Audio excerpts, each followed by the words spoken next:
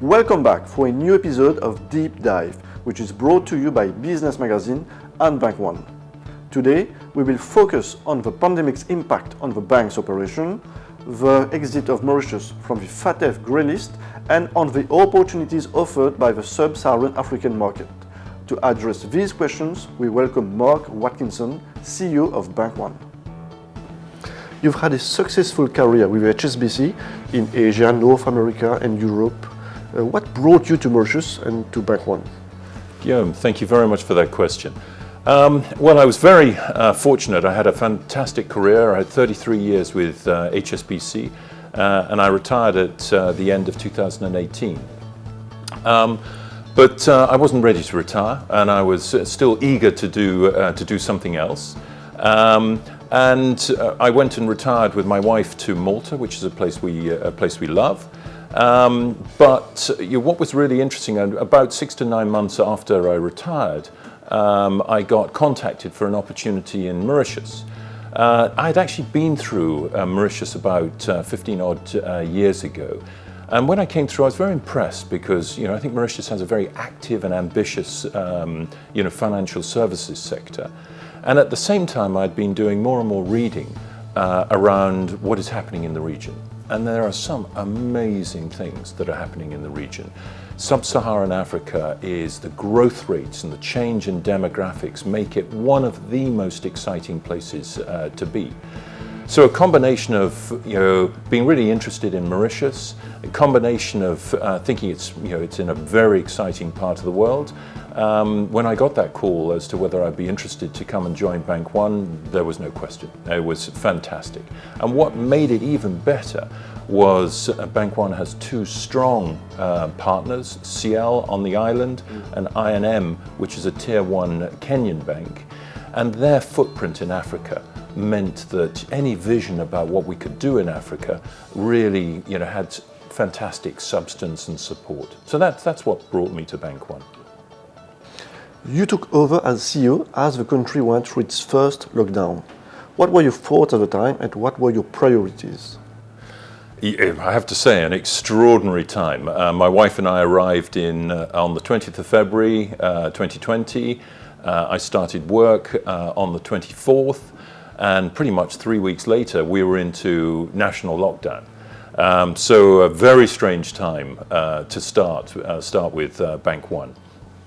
But quite honestly, when a crisis like that happens, your immediate thoughts about how do we look after the staff, how do we really focus on that, and also what can we do to make sure that we continue to serve our customers. And so those are the sort of key things. Pretty quickly, literally 2 days after the sense that we were going to go into a lockdown, we set up our crisis management team in Bank One, and that was really the basis for our decision making during the crisis. And through our crisis management team, we were able to set policies around our people, how best to protect our people, how to serve our customers, what remote access facilities we could make available to our customers because of the pandemic. So we really focused on those key areas. And it's quite interesting because the pandemic and the changes that the pandemic have brought upon us have really sort of given a huge push to the digitalization of banking services. And certainly Bank One is looking to be at the forefront of that, just so that we can help serve and continue our service to our customers. And I think a good example of that recently is Bank One has launched its application, its payment application, POP. And this really facilitates payments across the island, instant payments across the island. It doesn't matter who you bank with, but if you have POP, you can do instant payments, and that really facilitates the process of how do we address the issue around pandemic and remote access to work and remote access to banking services. What parallels would you draw between the 2008 financial crisis and the 2020 global pandemic? Guillaume, a very interesting question. I don't pretend to be an economist, but if I look at these two crises, sort of 2008 and 2020, where we are now, if you look at them on a spectrum, they seem to come from very different parts of a spectrum. 2008 was really all about structural problems within the US financial services situation, and 2020 is around a global pandemic. So they start from a very different ends of the spectrum. But at the end of the day, they both end up in the same space with significant decline in confidence, real issues around collapse in revenue, collapse in profitability, high unemployment. So both of the crises, different end of the spectrum, but really same outcome. And also same outcome as far as the governments finding themselves have to step in and to take extraordinary actions. However, what I would say is, where the difference is between the two crises is, I would say the financial services sector was much better prepared globally and in Mauritius for the crisis. And this is as a result of some significant work that has taken place by regulators across the world since 2008, really to look at banks' capital levels, banks' liquidity, and just make sure that banking systems and individual banks are on much surer foundations. So I would say, the big difference would be, I think the banking system is much stronger and has been, is in a much stronger position to weather the pandemic crisis than the crisis in 2008. And I think this is reflected across the world in much less stress being placed on the financial services sector. It's certainly not been easy, but I would say, the financial services sector is in a much stronger and better position to weather the storm this time. Mauritius exited the FATF grey list recently. What will be the impact on the Mauritius financial sector? Thank you, Guillaume. I think it's fantastic news that Mauritius has exited the grey list.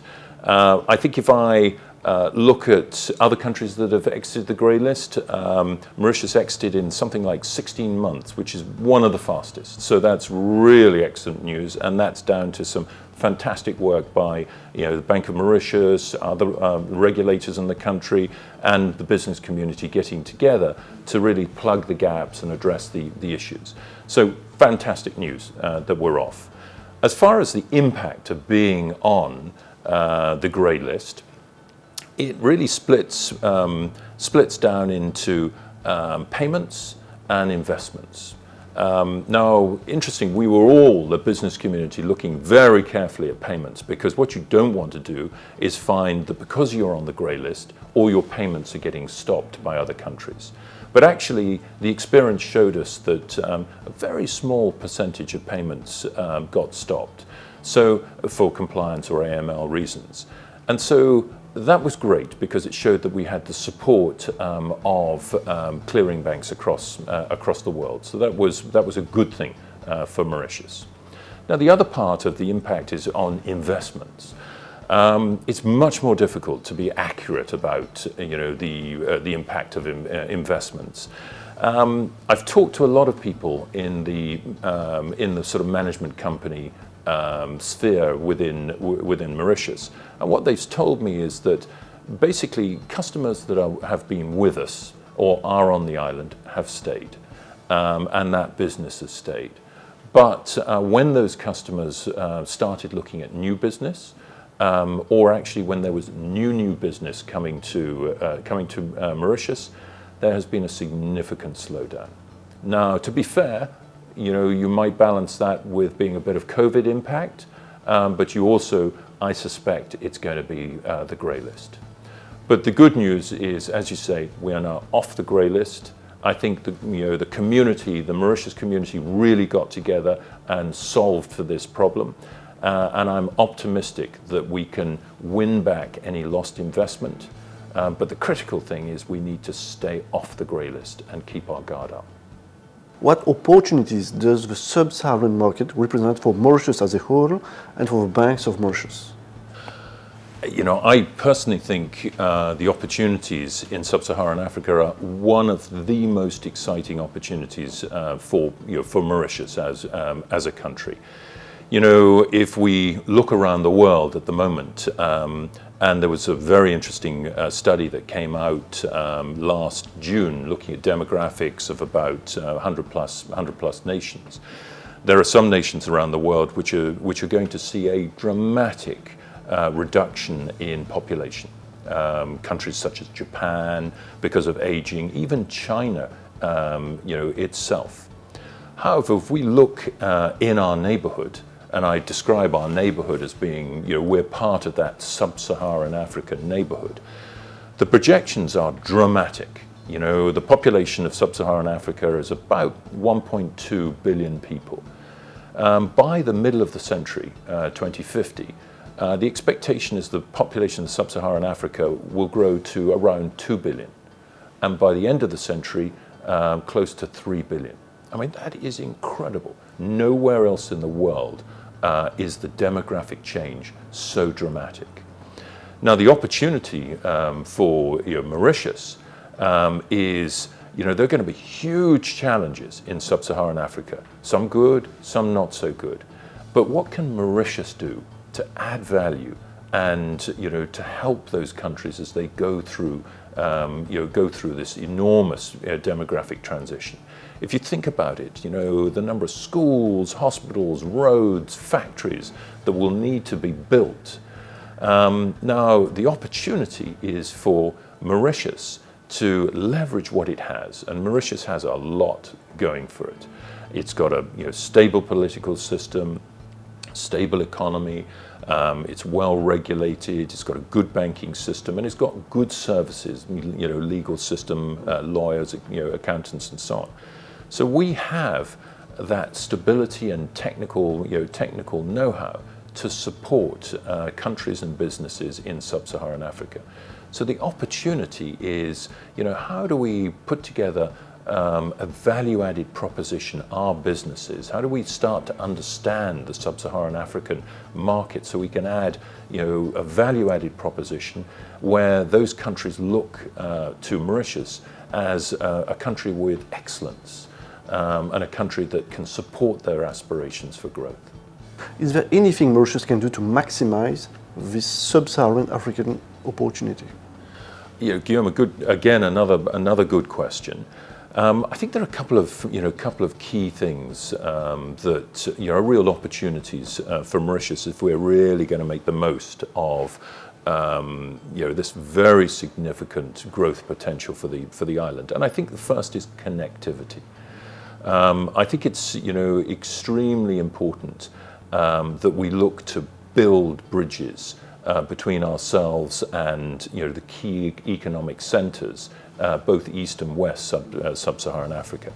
If to go to sub-Saharan Africa, if we have to fly to Paris and then fly down, or fly to Dubai and then fly into East Africa, that puts a significant brake on two-way business flow. So I think very important that we look at, as a country, what's our strategy to make sure the air links are strong between ourselves and those key economic centres. I also think there's a big opportunity around our port and the internationalisation of our port. How do we get our port to become a vital part of the supply chain into sub-Saharan Africa? But I think our ambition needs to be beyond that. Something I've seen out of both Dubai and Singapore is if you're getting through traffic for your port, how much of that through traffic can you stop in Mauritius where we can add value and then ship it on? Because that adds significantly to the wealth potential, job potential, rather than just moving boxes. So I think connectivity is extremely important. I also think, in order to maximize the potential of the sub-Saharan African opportunity, is we need to turn ourselves into, a genuine skills center. And again, I turn to the example of Singapore. Singapore's done an incredible job of attracting skills into its country, and then using that in order to build the country's proposition. Mauritius needs to look at the opportunities. Who can we attract to our country to bring business, to bring skills that can then help us serve customers in sub-Saharan Africa? I think that's a real opportunity, and we're very blessed as a country, Mauritius. Very blessed because our country is attractive. People want to come to Mauritius. And that helps us, and we should use that as an advantage to help us attract good quality skills. I think in addition to that, what I often say to my team is that, you do business with people you A, know and B, like. And as a result, I think it's very important that we look at, how do we build our connectivity in sub-Saharan Africa? And I think there's a great example. If you look at the Hong Kong Trade Development Council, they've done a really good job. They have 50 overseas offices, 13 of which are in China. Now, is there an opportunity for us to build a network of commercial-based hubs, rather like the Hong Kong Trade Development Council offices, around sub-Saharan Africa, where we have people on the ground who get to understand, the business community, make the connections, and can help direct business back and forward between Mauritius and that country itself. I think that's a great opportunity, and I think the business community has a part to play in that. A part, vis-a-vis, certainly we have people and skills that could help staff these commercial centers. So I think it's, for me, it would be what can we do with connectivity, what can we do around skills, and what can we do about embedding Mauritius into sub-Saharan Africa. These are some of the critical things that we can do that will allow Mauritius to maximize the opportunity for the island. What the future looks like for Bank One and your team? Guillaume, I think it's very exciting. As I say, I'm a great believer in, if to be successful, you've got to look for where the growth is. And that goes for Bank One, that goes for Mauritius and so on. The growth for us is, as I said, is our neighborhood ecosystem, sub-Saharan Africa. So the future for Bank One is, how do I build the skills base? How do I build our Mauritian business in order to serve the potential in sub-Saharan Africa? So, that's around how do I get the people skills together, how do we get the culture together, where we can make that bridge and, really leverage everything that our shareholders have to offer. For example, our shareholder I&M has banks in Kenya, Rwanda, Tanzania and Uganda. So that's a fantastic starting point. Ciel itself owns one of the largest banks in Madagascar. These are great starting points where we can help connect our customers to sub-Saharan African business, where we can help customers in those countries come back to Mauritius and help really build the opportunity. So Bank One is very focused. We need to build our business. We're looking, and when we talk about build our business from a technology and a data perspective as well. So build the actual infrastructure of our business, and we need to focus on where the opportunity is. And that opportunity, and as I say, I think the exciting opportunity lies in building that bridge into sub-Saharan Africa.